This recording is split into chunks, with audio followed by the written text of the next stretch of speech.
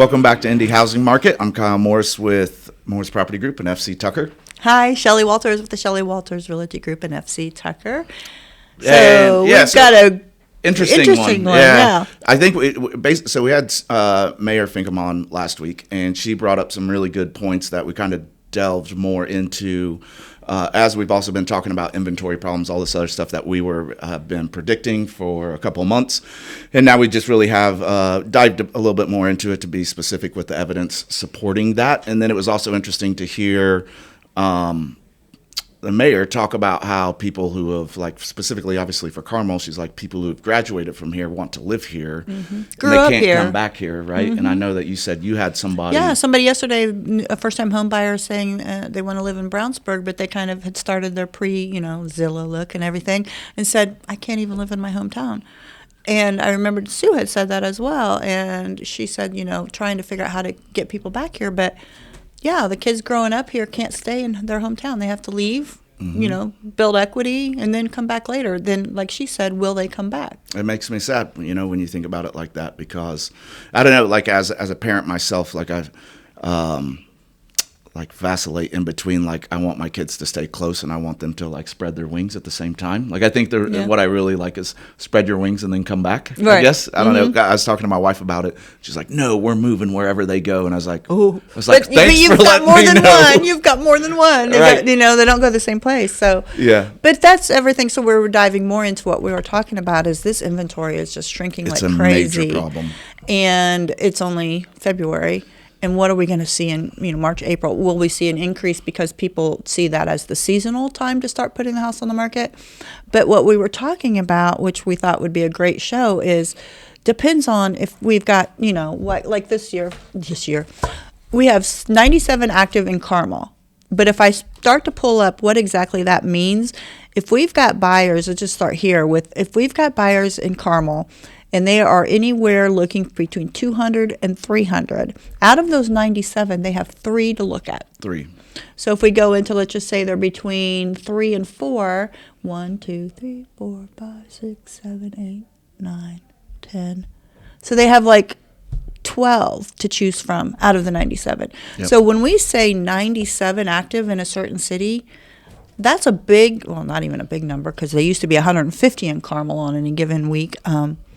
That's 97 means nothing until you really dive down to what does your client need, and that's where we have the really low. And then I know you talked to our, Tucker. Yeah, Mortgage. we talked to Ross here at Tucker Mortgage, and we're just trying to get some numbers of like how many pre-approvals you have in some of these price ranges, and et cetera, et cetera, et cetera. And it's scary, because like let's say, sub 300, right? He's got like 11 pre-approvals for that.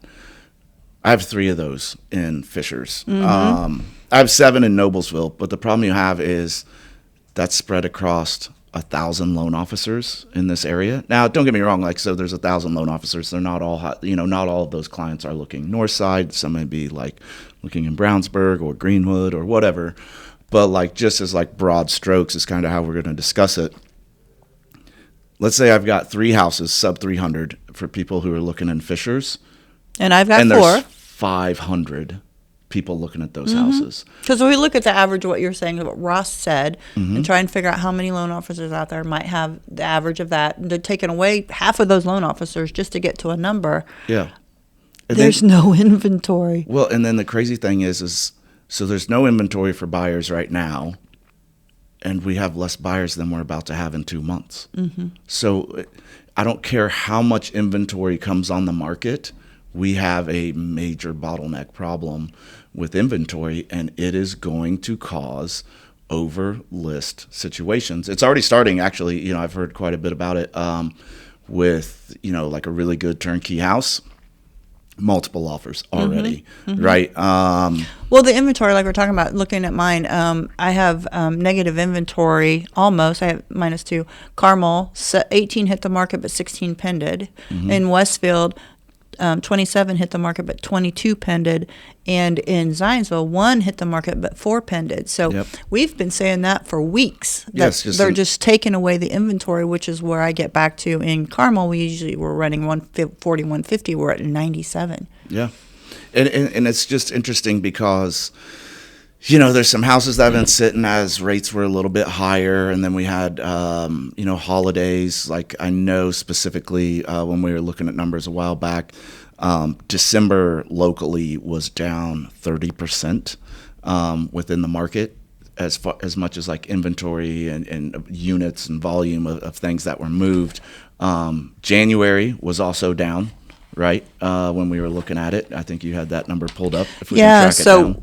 I pulled up the January. So they did, my board always does for us the month end. Mm-hmm. So looking at the end of January, with Hamilton County and Zionsville, this is new listings are down 3% since Mm-hmm. last January.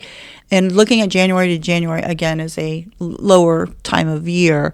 But in Zionsville, they were down 20% from last January, which shows, the one hitting the market. The amount of closed sales is down 2% over last January, and so both Zionsville. Then the one that's really that we found was pretty interesting is the cumulative days on market.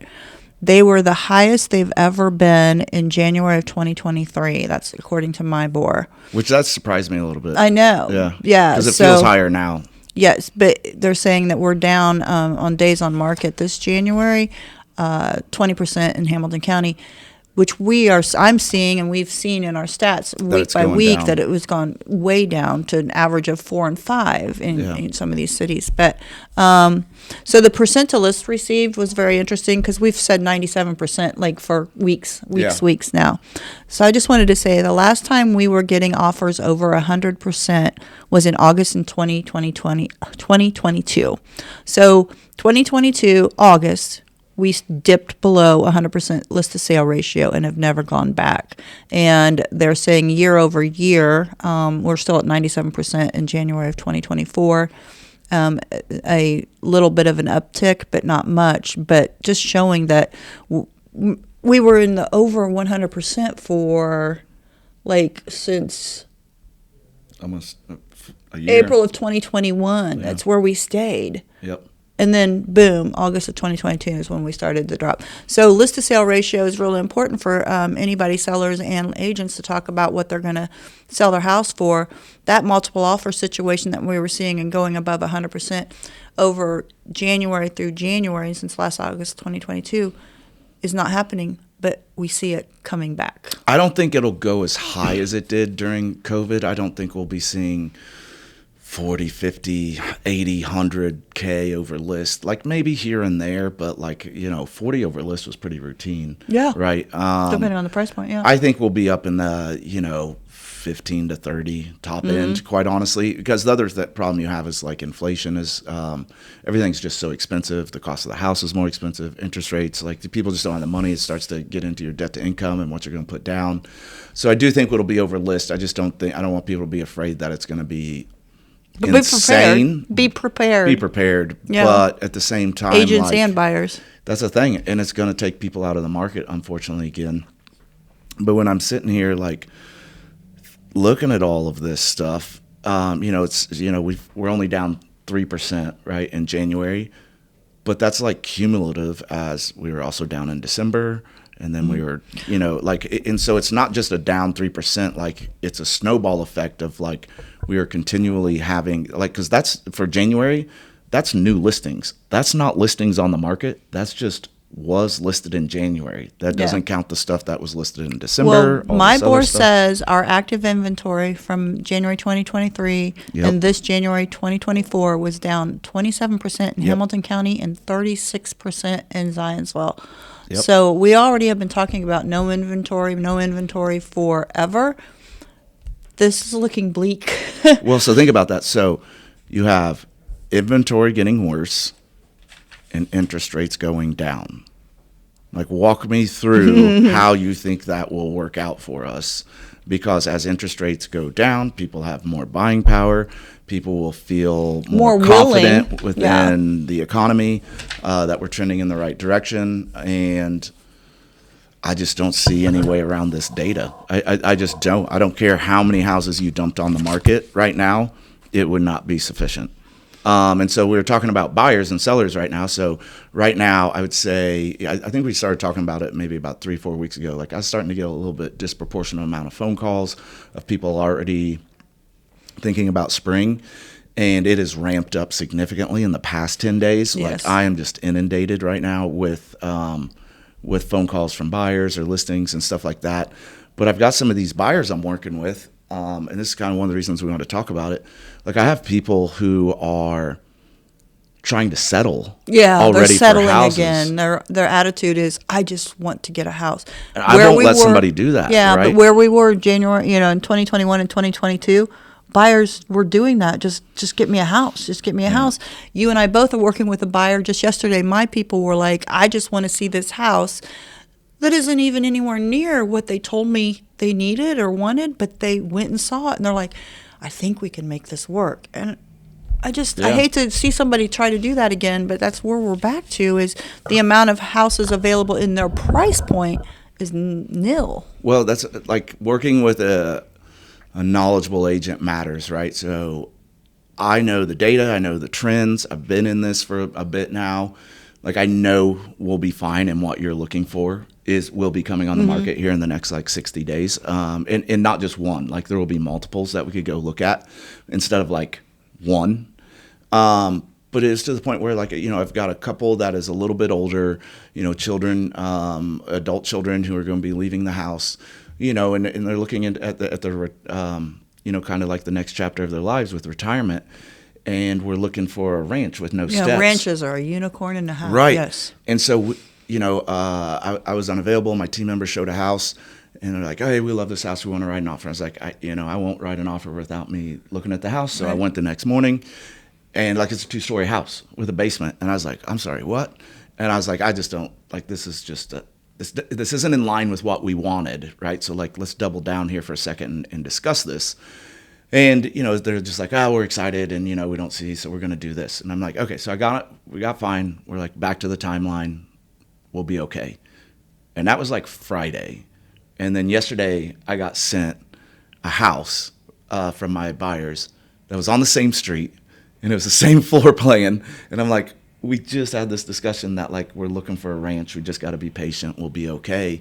But it's because like they want to get discouraged, right? Doesn't matter how much I'm in their ear. Sometimes it's about people have fears, right? Then buying a house is exciting. If they really need to buy, and it gets to the new builds. Yeah. And an answer to that is the new build process. Interest rates are usually offered a little bit lower from the new builds, so that is an avenue if you're a new build personality. Right. I just went through it myself. Obviously, as a real estate agent, I've done it a bunch of times. But because depending on the builder, you're 4 to 9 months out. Yeah. Right. Yeah. Depending on how, if you're like semi-custom, if you're custom, you're more like 11 to 14. But if you're semi-custom, you're probably 9 months out. And then if you're just kind of buying something that's a little bit more of a spec home, well, not a spec home because you would just purchase it. But, more that's like a production line house. You're probably looking at like 4. I closed one. At least 5 or 6, maybe. I had one that was closed in 4 months. It kind of blew me away because it'd been years since I'd seen that. Yeah, it made me question that. I was like, wait. Yeah, right. Is it going to stand up in a tornado? Yeah. We did put a furnace in this, correct? But it's just really interesting. I had a listing appointment, and I had somebody, they were going to list and they were going to buy.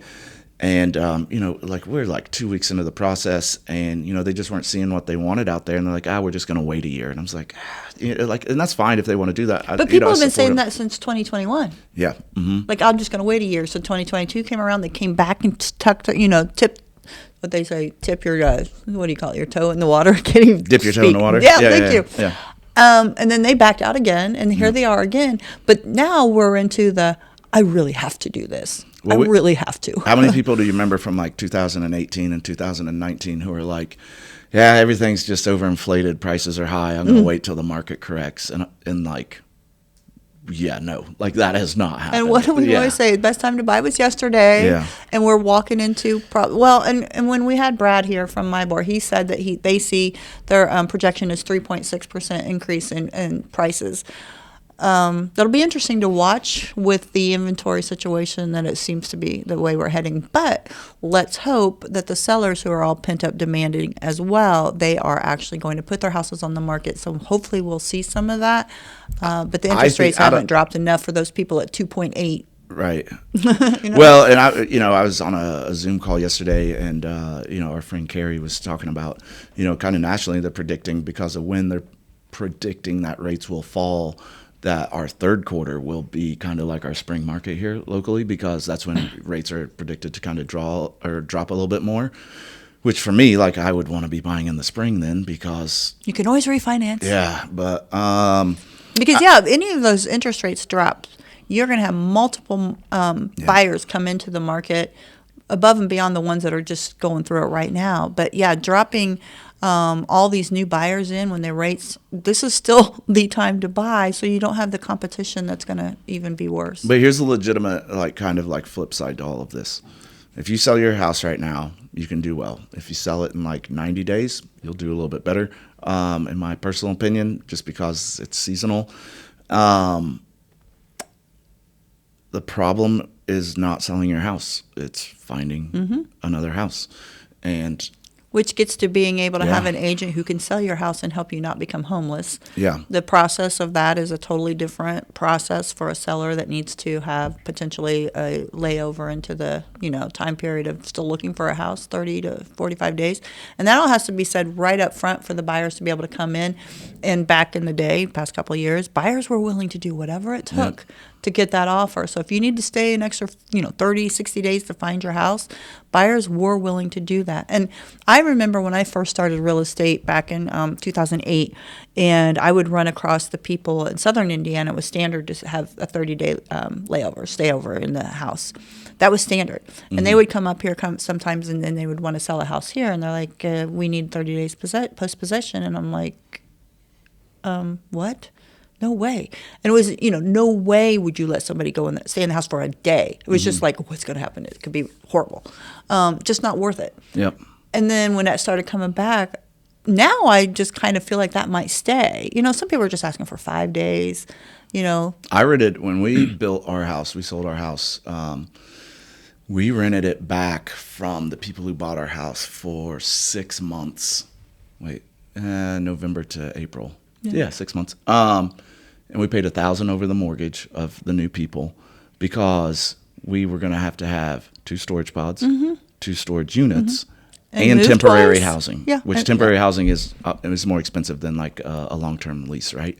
It's a net win for us by a couple $1,000s. just the mental capacity that you can handle all of that without having to do a double move with kids and everything. But we had to throw a number at it that moved the meter, right? We make weren't me move, make me stay. yeah. But the other thing I hope changes a little bit is contingent offers. So we have successfully gotten contingent offers accepted even during COVID.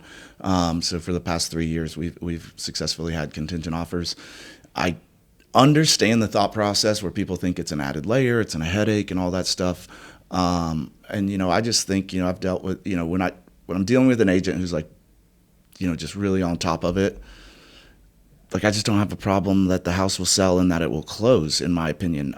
Especially if it's a better offer.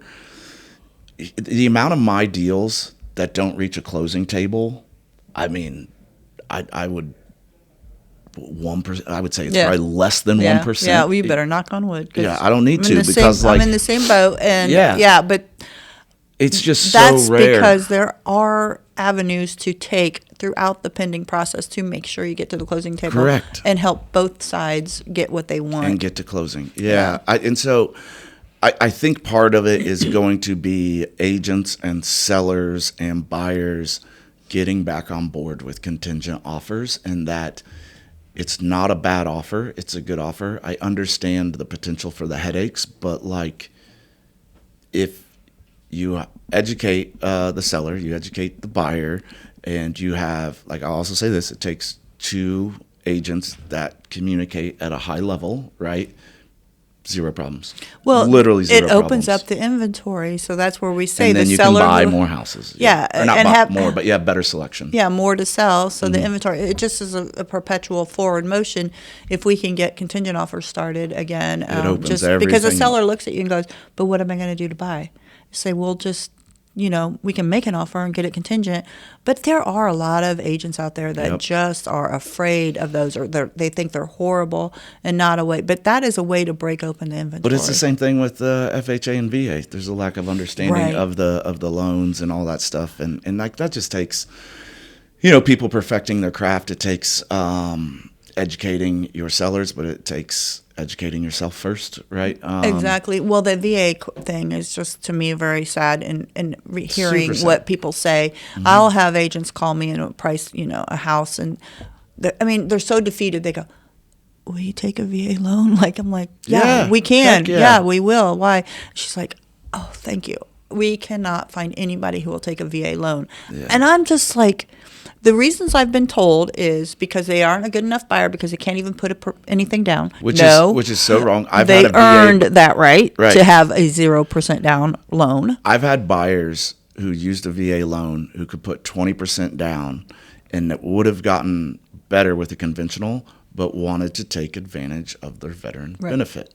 And it's just a lack of education to a certain point. I know So the- like when I call, I'll be like, "Hey, it's VA, but we are liquid." Yeah. Like that's what I'll say, when I'm working with a VA buyer. Well, the only other thing is the $75 old-fashioned termite thing. Okay, Yeah. $75, that's no big deal. But if they're concerned about the inspection items, well, if it's an old house that's all beat up, we know we can't probably take that. But a standard home that's, in good shape, they should not be afraid of it, and they should not stop a veteran from being able to use his loan. And even if you've done enough of them, like I know where the hiccups are. I know if it'll pass or if it won't. I don't Yeah, want to say pass because exactly. that's not really it. If Right. there's going to be conditions to close, right? Like I know what we're looking at. Well, you know it's what just I've not that done complex. too with the VA loans is I tell the buyer or the buyer's agent, I say, "Look, here's the things we know, standard." Rail on the stairway, Yep. Rail in the front yard, or whatever. Other little things that Around we the know. deck, Just- windows got to be able to open. Right. So here's a really good answer right? for that. Like if paint's peeling. If the seller's like, "I wouldn't have to do these things for the FHA or the conventional buyers," I go to the buyer's agent and I say, "Here's the stumbling point. My sellers don't want to have this extra expense. Will your buyer be willing to do this?" Cover it. Yeah. And when it comes up, would they do $2,000 worth of stuff if the appraiser comes and says it There's needs to be done? contractors who And the will take buyers- payment out of proceeds. Right. Like there's just so many options. The buyer can get it because that's what most people are worried about is the inspection items. Well, then just turn that around and ask the buyer. The seller doesn't want to do the inspection items, so one, no, we won't take a VA, or just want to let you know, and we will take a VA.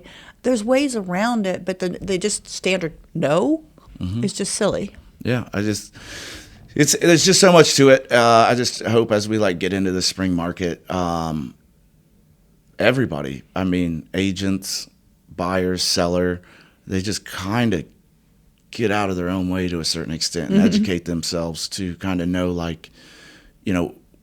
we're actually perpetuating our own problem at this point. That's the worst part about this. Right. It's just a lack of education.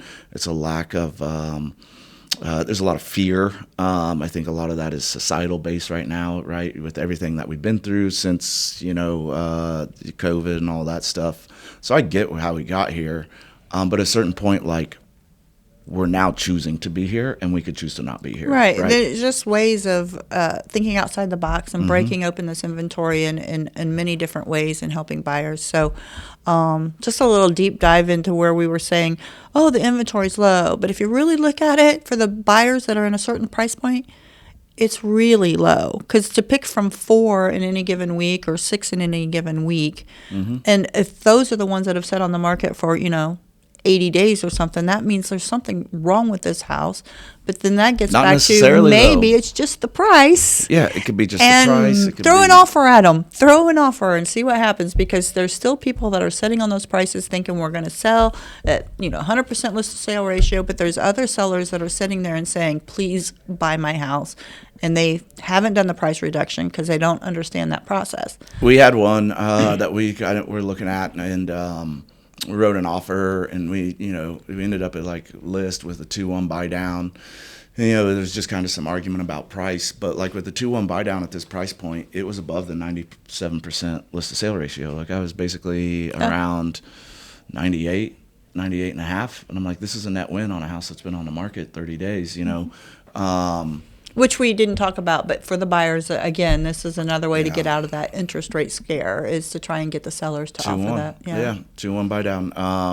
Or even just 1 percentage point. Yeah. You know? Like there's just so much Because to we're it. back into the sixes potentially, sometimes dip. So that gets you to 5.9 or something. Yeah, well, and there was a lack of education on the price. Like every single time I do a 2-1 buy down, like I get the specific amount that I have to do. I'm very specific and write it in.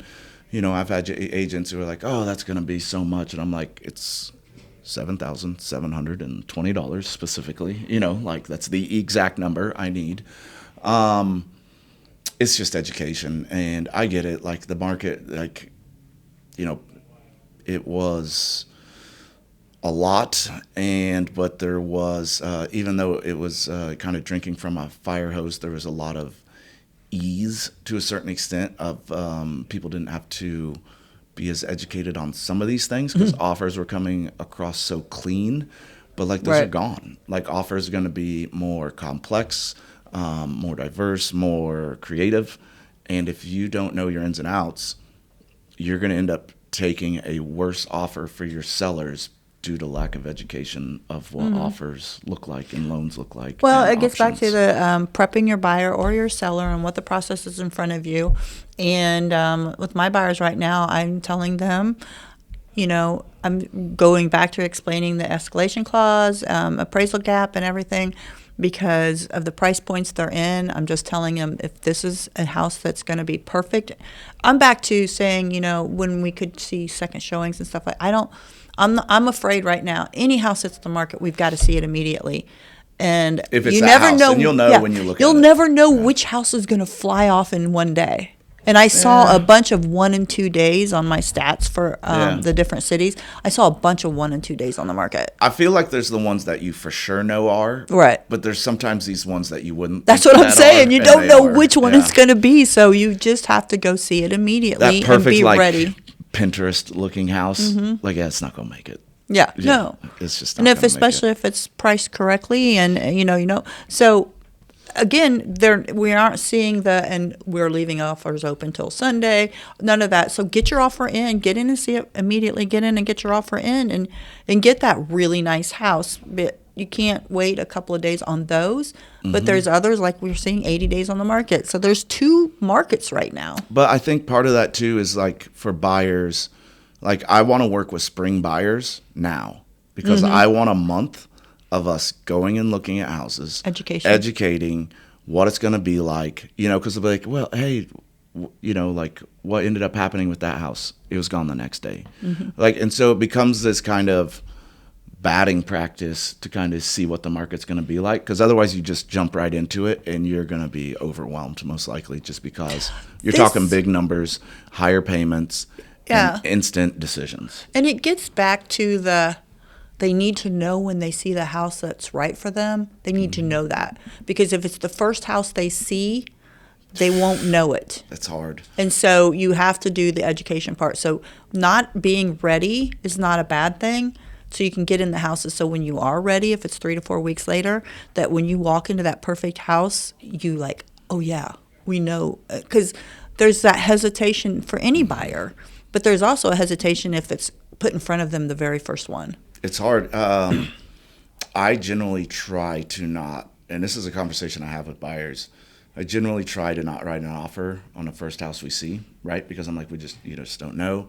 But like I look at so many houses, I've absolutely written offers on the first house we've seen because I've been in there and I've been like, it's not going to get better. No, like this is I know. perfect. Yeah.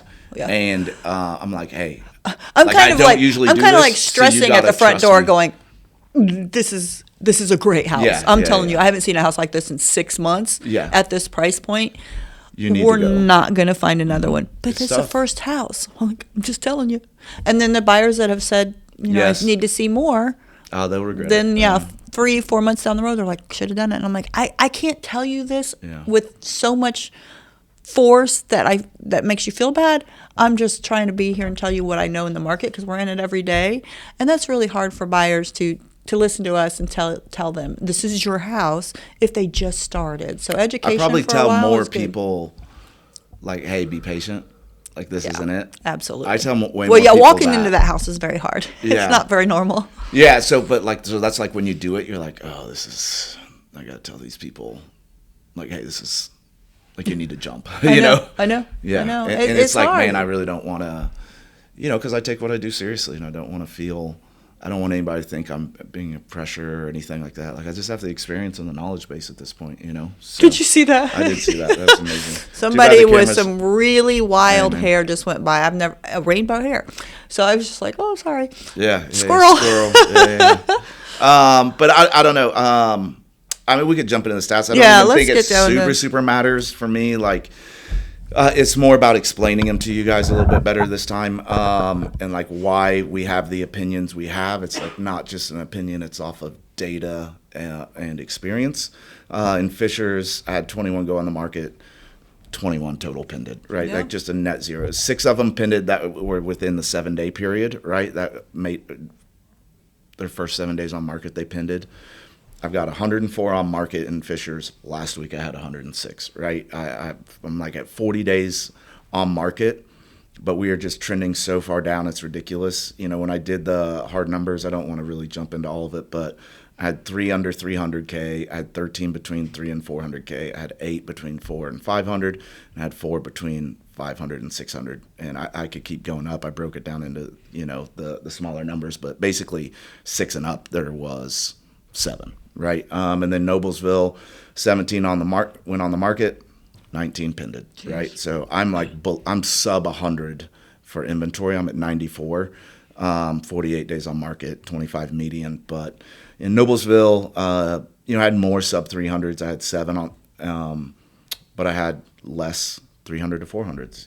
Like I had 8, I had 9 from 4 to 500, and then from 500 up, I had 7. Which we get back to talking about the lenders who have all these pre-approvals, like Ross gave us under 200, under 300, is there's 100 for every house. I mean, I don't know the exact numbers, but it's not one for a 4 house, 4 buyers for one house. It's a big number. Well, and then you could even get more specific. So like when you're running your numbers, like some of those were 3-bedroom, some of them were 4-bedroom. Exactly. Some of them were 5-bedroom. Right, yeah. So then like it gets even more specific because some people can't do a 3-bedroom. Or a ranch at 300 to 400, there's 0. Yeah, some of them need like a main floor bedroom. Like you start getting, the more specific your search gets, the less your options get, which means the longer your timeline needs to be. It's just the reality of it. The educational process. Okay, so Carmel, we kind of said this before, but in the past 7 days, 18 hit the market. 10 of those that hit in the market or in the past 7 days, so that's a lot. Over 50% pended immediately, but a total of 16 pended in the past 7 days, and only 18 hit the market, so we're almost at negative. Active are 97. 71 sold in the past 30 days. That was a lot less than we've been seeing. List to sale ratio staying at 97%. And the days on market for the past 30 days, the median's 18, and that's coming down every week. Westfield, 27 hit the market. 9 of those pended, so that was still a big number as well, but 22 total pended. And the average days, I just talked to median. Median days on market for the past 7 days is 10. And that's really low for Westfield compared to where we've been. 169 are active, tons of new builds. 95 sold in the past 30 days, low again. But they went up to 98% list to sale ratio, and their median days on market is 14. So trending downward as well, which is good for our sellers to know that it's coming down. Zionsville, 1 hit the market, 4 pended, so negative inventory there. They have high days on market in Zionsville, and it just amazes me with their actual inventory. 35 are currently active, 21 sold in the past 30 days. So if we have 31 active and 21 sold in the past 30 days, they're really getting low. 97% list to sale ratio. Median days on market's hovering around 60 for both the past 7 days and the past 30 days in Zionsville. So that's those. So it's I don't know. I by no means do I feel like we're trying to scare people or anything. We're just trying to give the state of the state. And more importantly, I just want people to educate themselves so we can get back to accepting contingent offers. So we can actually get this market to where it needs to be, because I don't be care. Flexible a little bit right now. Just kind of think strongly about every avenue you can possibly go instead of just ramming through the old-fashioned way, which I know we haven't had an old-fashioned way forever, but it's a continual changing market. Yeah. It's not like we're going back to 2021, 2022. That's gone. Whatever we're walking into is going to be totally different than what we've seen so far. It's just because of interest rates and because of other things, but it's never going to be the same. So moving forward, we just have to be prepared for what's coming at us, think outside the box, and just help your buyers and sellers as best you can. I wonder if there's a way we could track the number of how many active contingent, right, is how they used to put it. So basically, if somebody did have a contingent offer, how many actually relisted, right? Well, it wouldn't be relisted, but had to go back on the market had to go back because on the it didn't market go because through. it didn't go through. I bet the number is so small. I mean, Yeah. just so small.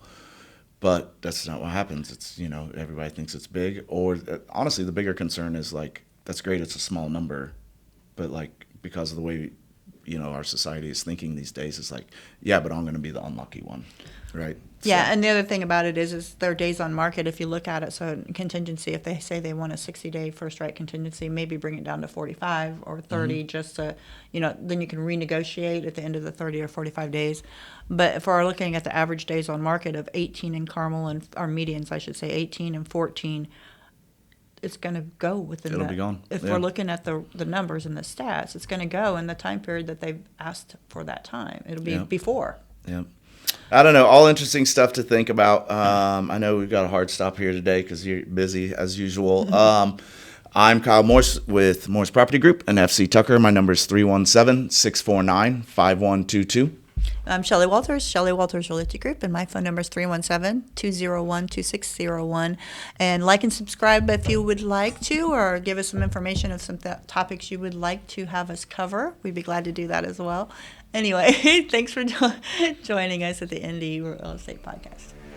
Indie Housing Market. I'm sorry.